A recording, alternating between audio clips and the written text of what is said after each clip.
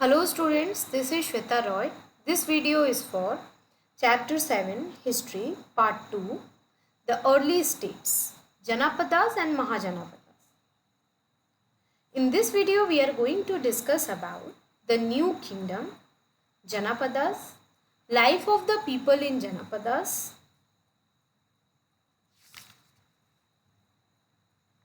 Mahajanapadas, features of Mahajanapadas. So these are some of the important topics which we are going to discuss in this video.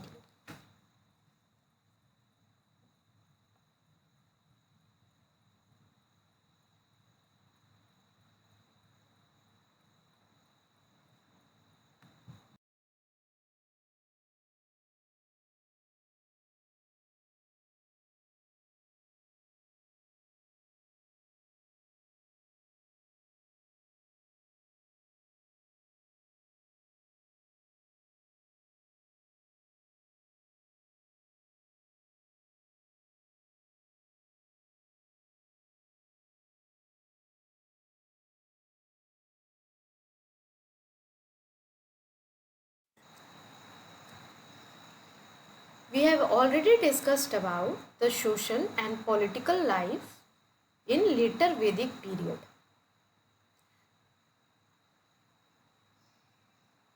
Now we will discuss about the new kingdom Janapadas. So as we already discussed, the kings used to perform the sacrifices like Ashwamedha Yajna, which is also called horse sacrifice, or Rajasuya Yajna and Vajape Yajna. These kind of sacrifices were performed by the Rajas. So the Raja who used to perform this kind of sacrifices, they came to be known as the Raja of Janapada in place of Raja of Jana. And now his territory was expanded. Now this word Janapada is combination of two words, Jana, which means people, and Pada, which means food. So the meaning of Janapada is land where the people set its food.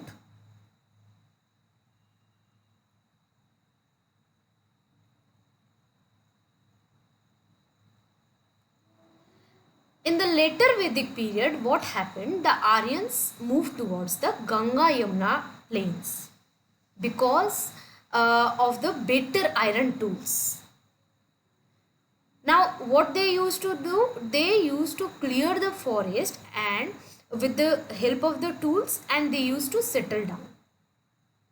Now, like this, slowly and gradually, the population increased and states or Janapadas came into existence. Now, how was the life of the people in Janapadas? So, many of the excavations took place, which many sites were related to the Janapadas. For example, Purana Killa in Delhi, Hastinapur near Meerut, which is in UP, Atranji Khera, which is near Eta in UP. These are the excavation sites.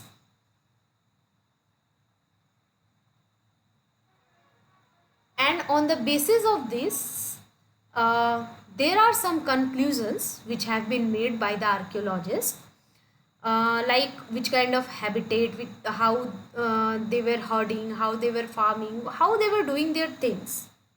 So that we will discuss. So how they used to live? They used to live in huts. They used to keep cattle as well as other animals. Also, they used to grow many crops like wheat, barley, rice, pulses, mustard, sugarcane, and sesame. These kind of crops they used to grow.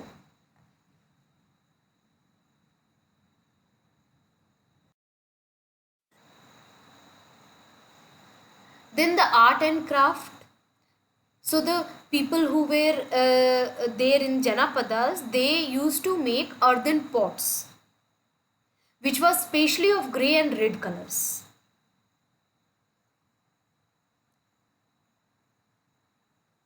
Also, painted grey ware, which is a special kind of pottery that has been found from the sites. And these pots have designs of simple lines and on geometric patterns. Also, they had to pay occasional gifts to the Raja. So this was kind of living of the Janapadas. Then we have Mahajanapadas.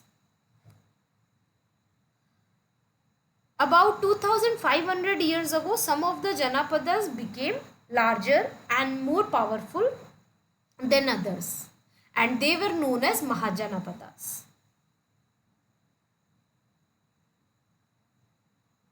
According to the Buddhist literature, there are 16 Mahajanapadas or kingdoms, which are Magad, Avanti, Koshala, Vats, Kuru, Malla, Surasena, Asmaka, Kambuja, Gandhar, Anga, Kashi, Videha, Chedi, Matsya and Panchala. So these are the 16 Mahajanapadas according to the Buddhist literature. In this, Magad, Kashi, Koshala and Avanti, these were the most powerful Mahajanapadas. Now what were the features of Mahajanapadas? So they were having capital city. Most of the Mahajanapadas were having the capital city. Forts. Most of the Mahajanapadas capital cities were fortified. That means it was surrounded by huge walls which was made of wood, brick or stone.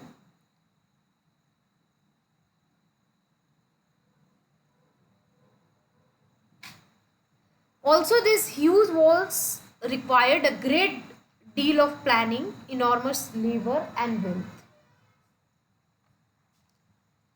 Here in the map you can see important Janapadas, Mahajanapadas and cities.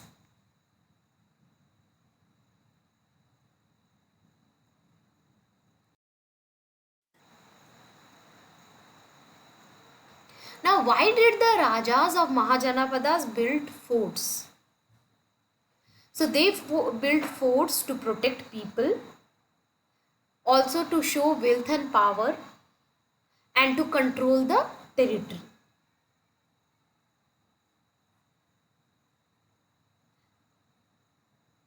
Now the Mahajanapadas were having armies. The Rajas were now having armies.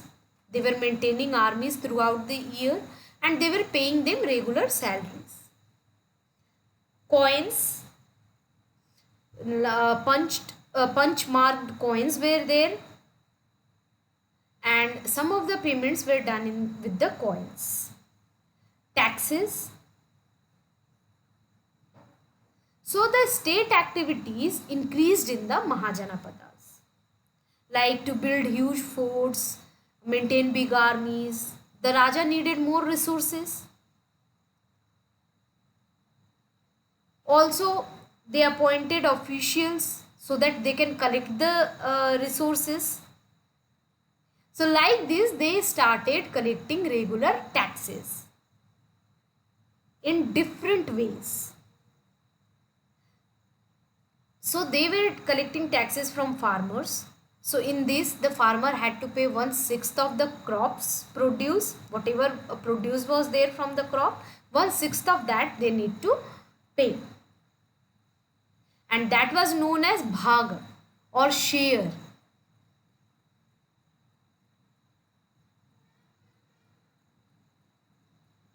Now they were taking the taxes from herders. So how herders were paying the taxes? They were paying the taxes in form of animals and animal produce. Either they were giving the animals or animal produce. Also, craft persons were paying the taxes and they were paying taxes in form of labor. For example, if a weaver is there, he had to work for a day every month for the king as tax. In every month, one day he has to work for the king. Now taxes were there for the traders. So whatever goods they were bringing, whatever goods they were buying and selling, on that taxes were there. From hunters and gatherers also taxes were taken, and they used to pay the forest produce to the king as tax. So like this, many different types of taxes were taken. Then you have agriculture. So there were significant changes in agriculture in this period. In this period, increased use of iron plowshare was there. The iron plowshare was used widely in place of wooden plowshares.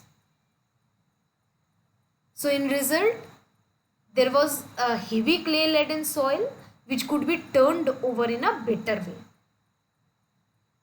Now transplantation of paddy.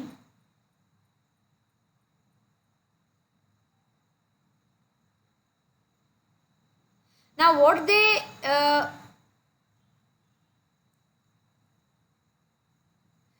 earlier people used to scatter the seed on the ground, but now what was happening, they were now growing the saplings first and then they were planting it in the field, and like this plants survived more.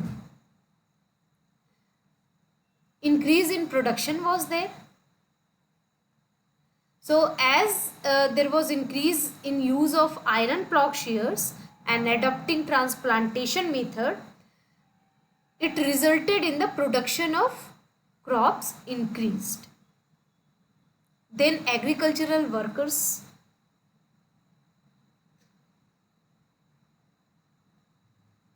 So many of the agricultural work was very difficult to do.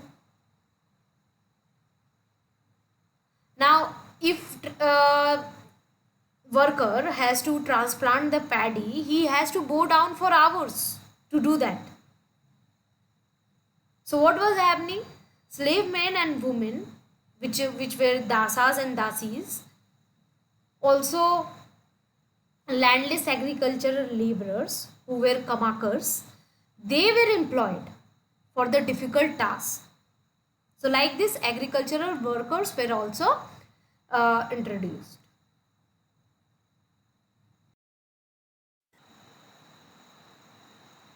I hope you all understood all the topics taught in this video. Thank you.